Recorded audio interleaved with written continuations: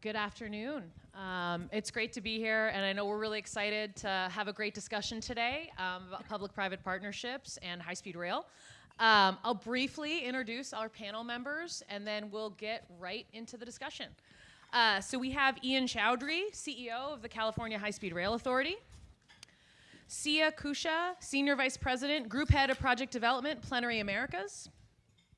David Blaisdell, Vice President and Head of Transportation Development at Bechtel Corporation. And Peter Van de Wart Van Gulk, sorry Peter, Executive Director at Meridium. So I think we wanted to start out today, and Ian, have you just give a little bit of an update about what you have been up to since you joined the authority last year. So yes, well, hello everyone. Ian Choudri here from California High Speed Rail. Yes, I have been the project manager for last 10 months now, roughly. So it has been a very, very interesting journey when I joined. And there was a lot, when I walked in, I knew this program since 2013 from outside looking in. So when I walked in, I thought I knew 90% of what I will be dealing with, but then came to realize very quick, within 6 weeks, that maybe I knew 60%, and the rest was the learning. While we were learning, at the same time, we set some goals. We said, what is the new ways of looking at the program, new ways of working, new ways of revitalizing the program, new ways of delivery, new ways of putting leadership in place that actually could work with one common vision and one strategy and one goal in mind, which is what we are all here for, is to deliver California High-Speed Rail project back to the taxpayers for what they gave us the responsibility to go deliver. In that process, we had to look at streamlining all our internal structures to be organized towards a robust, private business mind-like delivery approach, and not just as an organization that has been there for the 15, 20 years. We're working on projects and programs. Some were going on schedule, but not the cost. Some were having problems in both cost and schedule. We looked at all of that. And in November, December last year, we came up with our new ways of looking at the program and advancing the goal. So I'm very happy that our new leadership team in the organization is now almost in place at all levels. And next week, we will have the completion of our top executive team. A lot of them came from private sector. That was in itself a feat for me to get those folks excited about to come in and work for the program. They're all in there now, and by next week, Monday, we will complete that team. While we were doing all that, we were also looking at how do we stabilize the project delivery and make sure as we move forward, we will not have challenges and issues the way we had before. The project was not complicated, or it's not complicated. It's not difficult when we look at what we are doing.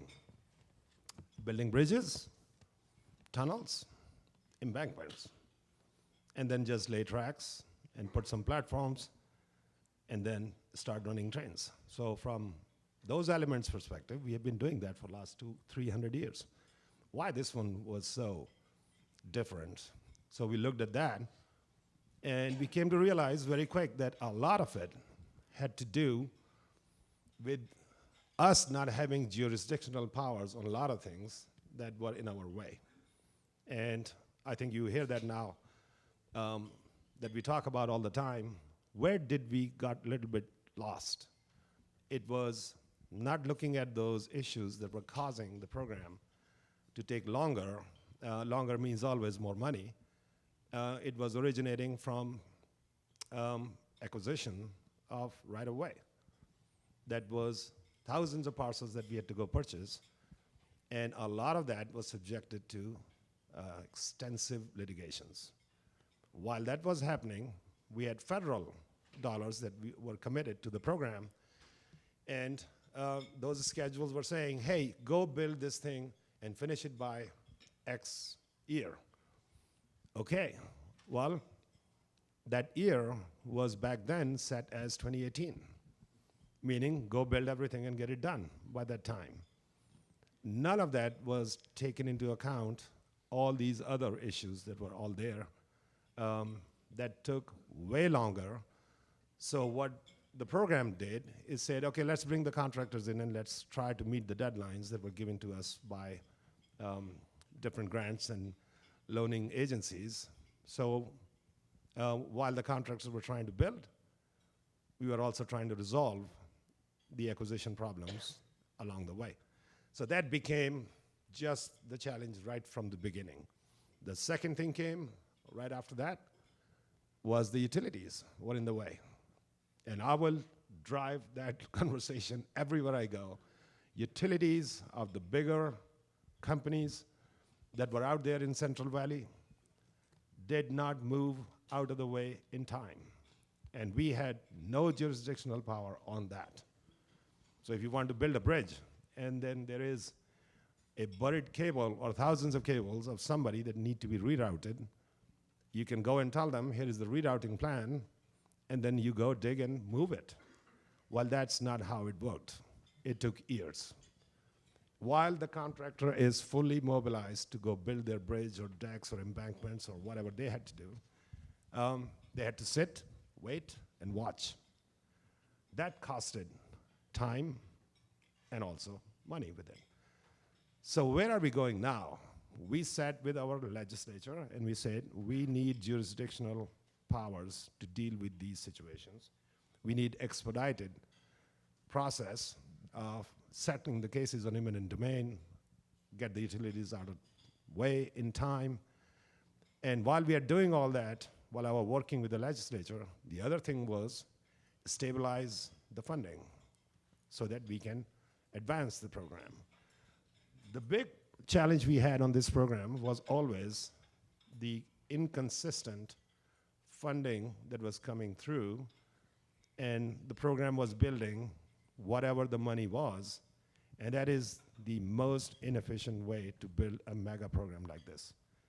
We identified that issue I came in September. By November, we laid out a new plan to the administration, which was to say, we need to commit the state of California, which has been the largest contributor to the program. I mean, we hear that noise about like, well, the federal dollars were there and used, and sometime I hear hundreds of billions, and I'm like, okay, where did that go? I don't know anything about those hundreds of billions, but I know there were 2.9 billion that was used out of 14, and the rest was the Californian taxpayers' money. That is the proportion. 78%, this has been paid by taxpayers in California. And the federal dollars were used for the rest. So when we proposed to our administration here in California to stabilize the funding, we presented some scenarios there, and we explained how this will make the program move forward and get us out of the current status, which is we are building in Central Valley. How do we get to population centers quicker? And we presented the scheme, and I would like to really appreciate the support we got from Governor Newsom and his team and Department of Finance. They did put a plan forward to the legislature very recently in the May revision, where they provided language there to explain to the legislature that we need to stabilize the funding for California high-speed rail, $1 billion a year, extend the cap and trade program that was chosen by the administration as the source of funding for extended by 20 years. There is a discussion now ongoing with the administration and with the legislature to look at and see how far we can extend beyond that. The reason is simple. We want to get to population centers faster. We have seen the results.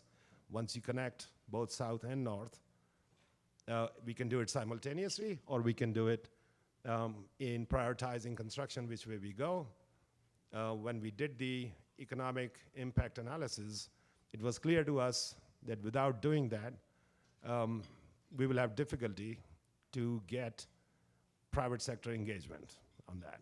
So that discussion is still ongoing. And I'm very happy that with our new leadership that we have in the authority, with our new teams, with our new process, with our new packaging of work, and with our new engagement with the legislature and the administration, and with our friends in the private sector who are sitting here, I've been discussing with them for months now for what they think and what they believe we should be putting forward as our new scheme of having a true public-private partnership discussion and a true investment plan where we can advance this program not on $1 billion a year construction, but provide the securitization mechanism to them so they can advance the program way faster than we were thinking.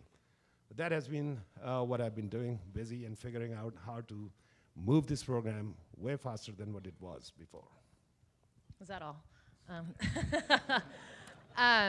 So one of the things that you highlighted, Ian, was the work being done around that sustainable funding source. And I don't, Sia, if you maybe be in a position to speak to what the existence of a source like that means for your interest in the project, how you think about it, and how you would approach it as a private investor. Absolutely. Thanks, Nicole. And Ian, congratulations. I think what you guys have been able to accomplish over the past 8-9 months is just, it's amazing. And the industry, the private equity developers and others are really taking serious note about this. And there is excitement on a global basis, let alone California and the US. From a private developer's perspective, when we look at participating and investing long-term equity in these mega projects, regardless of asset, one of the very first things we look for, and again, we're not talking about privatization, we're talking about private financing of public infrastructure. Public infrastructure is key in this discussion. So this is a facility that is owned by the people of the state of California. They have funded the great majority of it. They will continue to fund the great majority of it. We are hoping that there will be significant commitment on the part of the state legislature, as the governor has already presented it in the legislative and budget package. What it does for us, it gives us the comfort to know that very much like when you go to buy your first home and you know, applying for a mortgage, that you are committed to paying for this ultimately. What that does, it provides the opportunity for private sector to deploy equity, to effectively cash flow and bring forward the dollars needed to immediately finance an accelerated, fixed schedule, fixed cost program to deliver what it is that is needed to be delivered. In this case, is the initial operating segment. Whatever it's been built today, plus the ancillary requirements in terms of systems and signals and traction power and rail and rolling stock, all of that bundled in a program that would provide ridership at a much faster basis and revenue service on a much faster basis. With that sustained long-term committed funding from a government owner, what we can do is we can then go to the lending market above and beyond the equity that we would provide, and we are able to get a much better economically viable financing stack that then can provide for the financing of the project at a much rapid pace, and in order for us to be able to get out there and build this thing much faster. Unless there is commitment on the part of the owner to backstop this, the projects become very iffy. I am not familiar, and certainly Peter and David can address this. There isn't a single system anywhere on the globe that is fully privately funded and financed that can actually run in a sustained manner for the long term. So we definitely need the government ownership. We definitely need the government sustained and long-term funding mechanism in order for us as private developers and operators to be able to participate in this environment. Now, one of the things that's critical to say here, and then I'll turn over the mic, is when we talk about backstop, we're not talking about 100% government funding. there are significant ways to monetize, commercialize long linear rights of way. And priority rail corridors are a great example of what can be done with respect to additional mechanisms, both inside the right-of-way and adjacent to the right-of-way, to generate additional funds that, quote-unquote, are not effectively taxpayer dollars, but there are other sources of funding that can happen as a result of that development that could be added to the project funding in long term. Thanks, Sia. I know Peter and David, Sia talked a little bit about the value of that long-term commitment and what it means from a financial perspective. Could you speak maybe a little bit about your experience in other features of the public-private partnerships beyond just the private investment piece, but some of the other benefits and the way those teams are really put together to deliver those? I mean, I guess I'll go. I mean, I just wanted to echo what Sia said. You kind of need the state of California to kind of step in and kind of financially underwrite the project. But if you have these long-term commitments, whether it's through cap and trade or other tax initiatives, you can really build this project. A second thought I had is in terms of value unlocking, if you can get this system to kind of a 2-seat ride into Gilroy or down to Palmdale, then from there you can get in. You can really unlock what people are willing to pay for the service, so the fare box revenue, and then you can really kind of unlock the value of the stations all along the alignment, because you've kind of realized that. So in terms of, Sia was kind of talking about value unlockers, you have kind of the right-of-way itself where you can put in like fiber, and then the service itself where you can offer package, premium packaging, but the right-of-way itself, fiber, other, water, other things like that, that really unlocks value. And then the development around the stations, which I think can really be fully realized once the service is up and running to like a 2-seat ride. There's considerable value, especially with some of the stations, because if you get this service running, then you've got some commuter possibilities at some of the stations. Our experience, I mean, everybody knows Bechtel's, we're based here in the U.S. Our experience actually in high-speed rail is significant, but it's outside the U.S. and mostly in the U.K., but also in Korea. We worked on that. But in the U.K., that was originally set up actually as call it a public-private partnership, where we were in the SPV with other shareholders, and then Bechtel was kind of leading the delivery. So kind of what Ian was saying, a more programmatic approach to the whole thing with kind of long-term committed funding commitments. That's kind of what we've seen, a whole programmatic approach as a developer, delivery partner. That's kind of where Bechtel, where we can, we've seen that in the UK, and we basically delivered the first segment of the high-speed rail in the UK from London south, kind of along that model. So, and I know, Peter, you've got some experience as well in the Netherlands and France, but maybe you can talk about that. But we're excited about kind of bringing that experience back here to the U.S. And actually, I think there's the booklet going around. That's a little advertisement, but you can pick one up. So anyway, go ahead. All right, thank you, David. I just wanted to echo what you said and commend Ian for accomplishing in 6, 7, 8 months what wasn't accomplished before. But P3s are not scary. Rail P3s are not scary. High-speed rail P3s are not scary. Just look in Europe. Just as Meridian, we've delivered 300, almost 400 kilometers of high-speed rail successfully, on budget, on schedule. One, we take revenue risk. One, we take an availability payment. Before I joined Meridian, I built the high-speed rail from Amsterdam to the Belgian border. That's now been open for 22 plus years. So we're late to the game in the US. And it's about time we find an innovative way to deliver these types of projects that are absolutely needed. Sure, there have been failures in P3s all over the world, but the methodology, the delivery method has matured over the last 20 years. We've learned that you cannot pass on too much risk to the private sector. We've learned that There's interfaces that are simply better managed by the public authority than by private utilities, right away. Railroad interfaces, other railroad interfaces. So we've all made those mistakes, and that matured the market, that matured the model, that we can really capitalize now on the benefits that the model brings. And I think the most important P in that whole equation is the last P. You're entering into a long public-private partnership for 30, 40 years.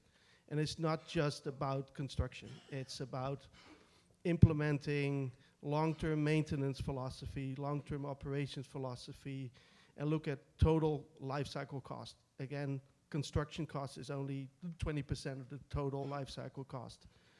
There's more gain to be made during the 30 years of operations, maintenance, not deferring maintenance, and actually deliver an infrastructure back to the public owner after that concession period that still has a residual life left after that. And it just motivates and incentivizes the private sector to do a good job during that operations maintenance period. Whether it's an availability payment with performance-related deductions or whether it's revenue risk, that incentive is there and that can be capitalized on.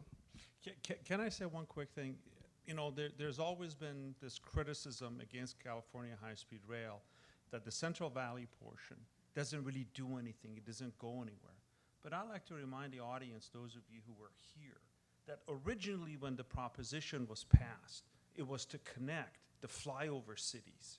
And that's where the original concentration of effort has been taking place. Now, what happens is, once that section is operational, and the authority just released an expression of interest request yesterday, the industry is excited about it, and the responses that the authority will get will indicate that those of us in the marketplace, those of us who do this on a daily basis, are excited about getting this operational segment operational, getting it to revenue service, because I can guarantee you, once the initial operating segment is actually working and passengers are using it and are able to travel the original distance, be it 79 miles or 119 miles or whatever, however you look at it, and it's more reliable, it's convenient, then the rest of it will begin to unlock itself. You know, we hear about the one-seat ride. That's another criticism, that this is not a one-seat ride. How many of you flew here for this conference? How many of you had to change planes, at least at one airport? Okay. We don't complain and bitch about one-seat airplane rides, do we? We all do it. It's a matter of course. So why is it that legislatively we have to defend a one-seat ride for long-distance train travel? I can see a one-seat ride for Metro and for Muni and for, you know, within a city urban transit. But you don't necessarily need one-seat ride for high-speed rail across long distances. And again, if we go back to the original premise of why this program was initiated, the amount of investment that has been done, and what the California High-Speed Rail Authority is looking to do moving forward, it is unbelievable the level of interest that this project can develop and can garner on a global basis in order to not only deliver the first one in the US, but I mean, you talked about it this morning, Mario, right? The HFR in Canada, which is now Project Alto. We are fortunate to have a small piece of that program. My colleague sitting here, you know, bid against us on that particular project. But frenemies. No, the point I'm trying to make is this: the commitment from the federal government in Canada to not only continue to go through that in between federal elections, but to redoubling the effort and being able and being willing to invest the dollars necessary in a collaborative process with a developer that's been selected to deliver what we call in the P3 industry the greatest value for money for the largest number of constituents for the longest amount of time. Get those three legs of the stool in place, the project cannot help but to win. This project in Canada has this pre-development agreement notion where you kind of engage the industry early to kind of finish the development of the technical solution, the finance plan, the operating plan. We're working with Meridian on a similar project in Los Angeles, the Sepulveda Transit Project. We're one of the teams. That was procured as a PDA. Now on that one and the one in Canada, that's going in parallel with the environmental process, but I'll get back to that. But early engagement with industry, the kind of a more programmatic approach, early engagement with industry with a consortium that can deliver this thing once it reaches financial close, notice to proceed, is something we're seeing, especially for big complicated projects that are billions of dollars, kind of too big to wrap. This whole kind of programmatic approach is very useful. Good news for California high-speed rail is I think you're done with most of your environmental, so you don't kind of have to. Yes. That's not like a gating item, so that's a good thing, right? So.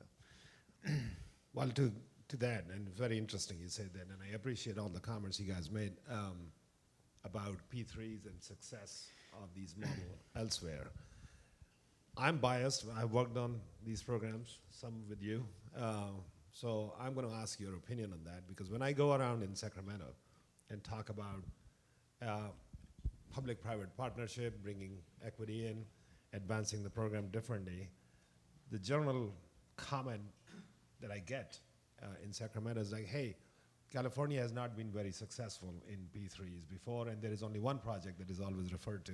I'm not going to mention, I think you guys already know which one is that.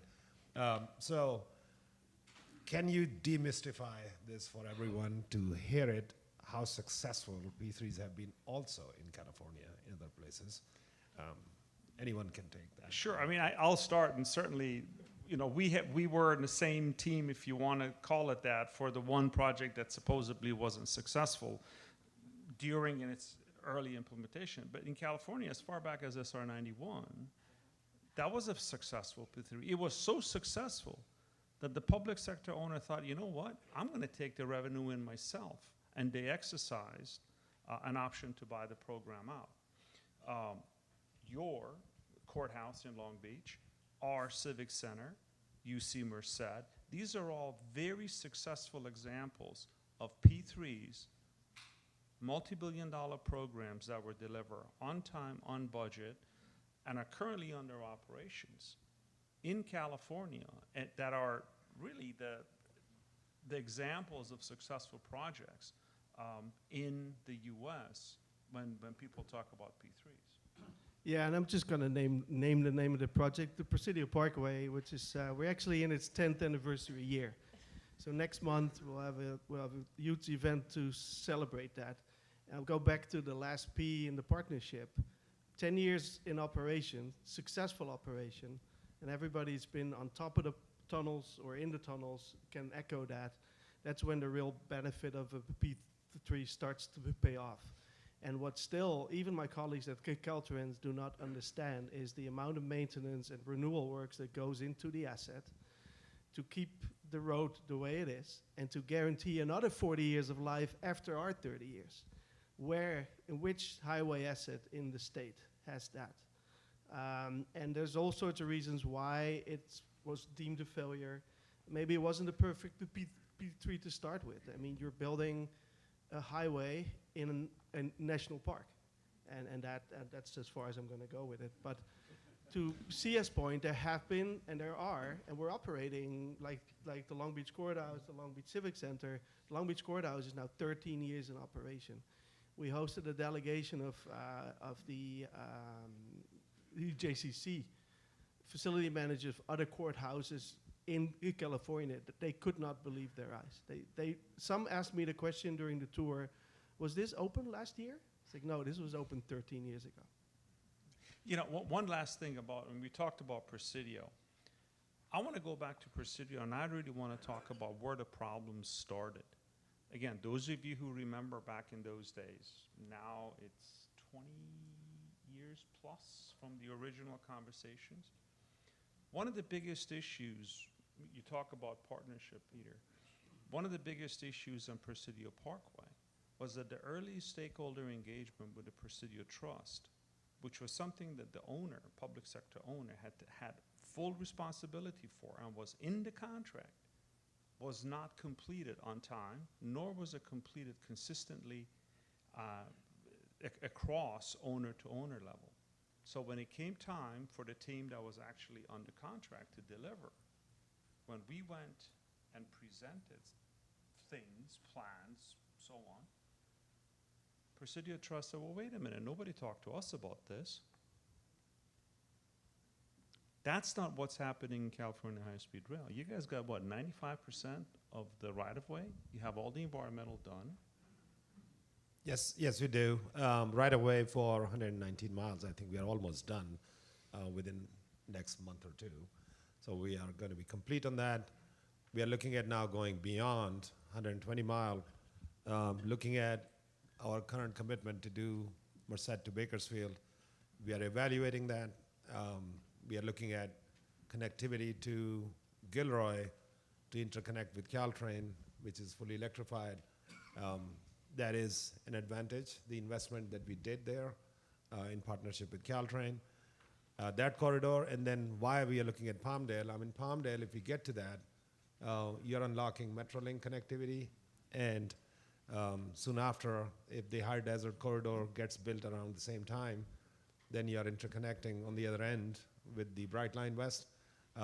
So that is the way we are thinking that we should have been now moving forward with that approach, where we can monetize the assets sooner, we can connect communities sooner, and we can move people in between Central Valley and Silicon Valley on one end and to LA on the other end.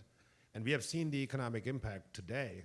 I mean, we have in some simulations, we can look at Fresno City getting connected to San Jose. If we can solve that 30-mile problem, my friend Chad is sitting there, we'll talk later about that. If we can solve that, it unlocks the entire region between Silicon Valley and Central Valley. And now you can imagine what happens to the affordable housing and people commuting between Central Valley and Silicon Valley in less than 45 minutes. I used to live in San Francisco for many years, a company that David knows, I used to work for them. And so commuting on 101 from when I was in downtown San Francisco, then I had to move to Millbrae, and then a little further, it was taking an hour in bad traffic on 101. Now if we say Fresno to San Jose is less than 45 minutes on a high-speed train, that changes the whole dynamics. And by the way, Ian, from Millbrae to SFO right now, and Millbrae to downtown Salesforce centers, is way more than an hour. So that makes the case for where we should go. I know, Sia, you raised those three projects. So kind of going back to what you said, if I think about Civic Center, Courthouse, and Merced, I think if folks say, oh, P3s don't work in California, those three projects, at least, I mean, they would continue to be, let's do a Civic Center. You know, other states, other jurisdictions, we say that in my current role. Where are there opportunities to replicate that? Where are there opportunities to replicate what Merced did? And I think these California models are really becoming models that others in the US are really replicating, and this is where the first time things are happening and are being created, and I think it's a testament to, I think, a lot of the work that's being done. You know, it's yeah. interesting, when you look across the world, right? We're talking about Czech Republic, of all places, is doing high-speed rail today under a P3. California is the fourth largest economy in the world. We ought to be able to do one, right?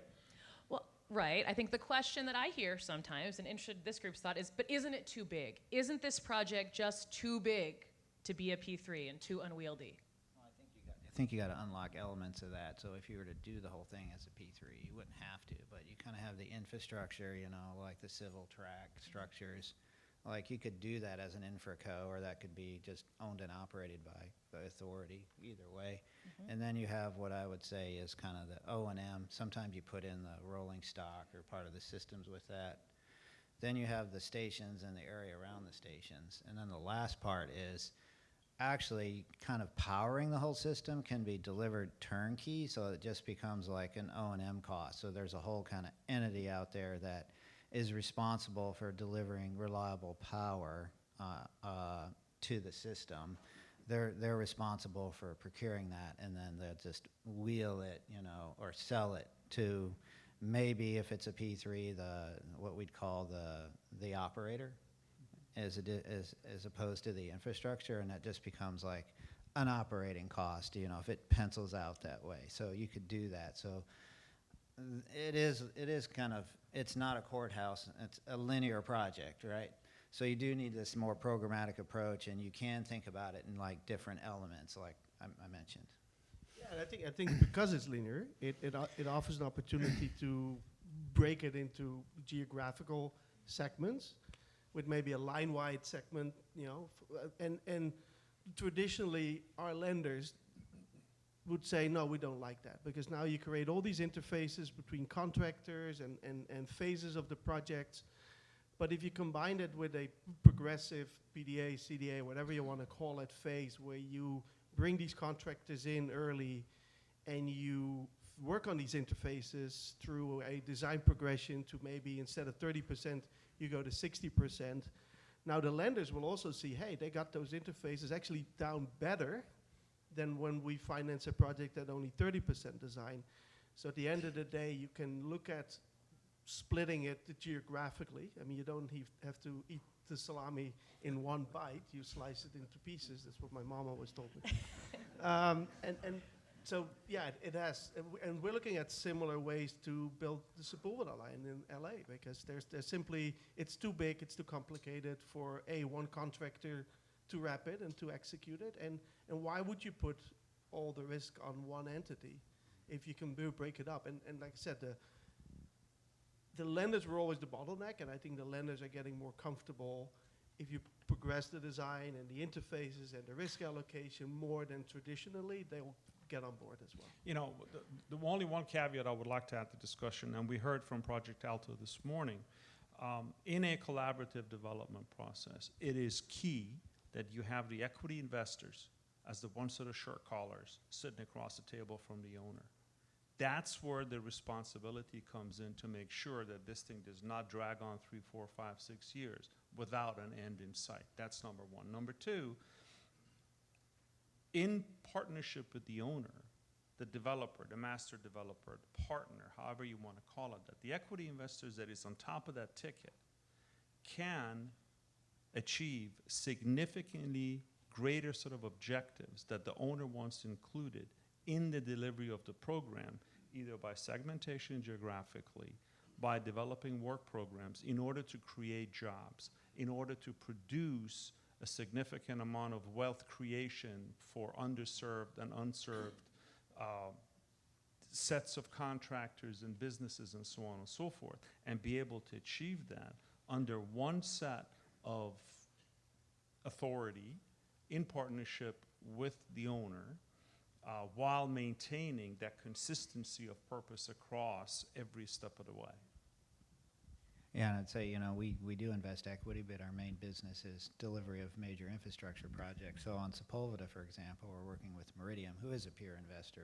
It's very important that we're very collaborative. You don't want an adversarial relationship with your like delivery, partner, and that's why we're more of a delivery partner on that than contractor. But it's very collaborative, and kind of our role both in the SPV and as the delivery partner, I think is a good. I think it's working well on Sepulveda. So Ian, you all released the RFEI that you mentioned. I think that came out yesterday to talk a little bit more and hear more from industry and continue a lot of the engagement that you've been undertaking in the last 10 months. Can you talk a little maybe about some areas that you are really focused on as opportunities for public-private partnerships on the program? And then kind of what do the next 10 months look like in your vision? So last part first, next 10 months. So we have made the decision as the authority now, in order to expedite delivery, we have looked at what elements of the program we can advance and not wait for general contractors to come in and do the same thing that we can do ourselves, which is the purchase of all the commoditized materials from the US factories and industries. That includes all our copper, aluminum, and steel products.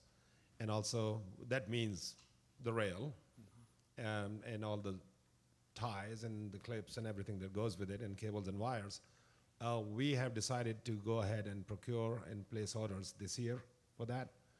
Next year, of course, we would like to go out and put the procurements out for builders to lay tracks, while we are having discussion in parallel with partners for P3 delivery models. So when the time comes and it becomes mature enough for us to choose a partner to go and deliver with private equity partnership, we will pass this all that we already did over to them under that contract and move on from there. So right now, our focus is launch all the procurements this year for all the commoditized material, and next year, bring the builders in so we can start laying tracks. This is advancing our track laying work by 2.5 years, and that's where we will remain laser focused on, while we are having all these conversations with our partners for P3 investments. Second, for where do we go from here? I mean, we launched the request for expression of interest yesterday. But it was not something that we did without having conversations with these partners and others beforehand. We started those conversations in January. And we got enough feedback that made us to say, let's go and have official engagement now and have the proposals come in and then take it from there to actually solidify the deal and move forward. Because what we don't have now is the time. We have already we are way over past the time to show the public that we can actually build high-speed rail in the US, and we can actually deliver high-speed service, and not on a schedule that people say, well, not in my lifetime. I mean, I heard that all the time. Maybe I was thinking like that before. So now I'm saying, no, we will do it, and we will actually, all here, will enjoy that ride. I think we have just a couple of minutes left. I don't know if any folks have. Yeah, any I just want comments. I just want to react to what you just said. This is really refreshing to hear from the private sector side, because like I said before, I think we've all learned our lessons in the last 20 years, taking on too much risk too early. There have been P3s where the private sector took on right-of-way risk, took on utility relocation risk, took on interface risk, took on long lead material the delivery risk. And here we have a public authority that's thinking ahead. And so when it's time to procure this P3, all these risks have already appropriately been allocated. And I just wanted to commend you for that. That's thank you for that. And I will be remiss if I don't mention that. Going forward, right-of-way acquisition will remain on the authority side. All the utilities and the relocation of utilities will remain for us to go and do that ahead of any other partner comes in. Geotechnical investigations to give the results back to the partners, and they can take it then to the contractors. We are going to allocate that for the authority to go do.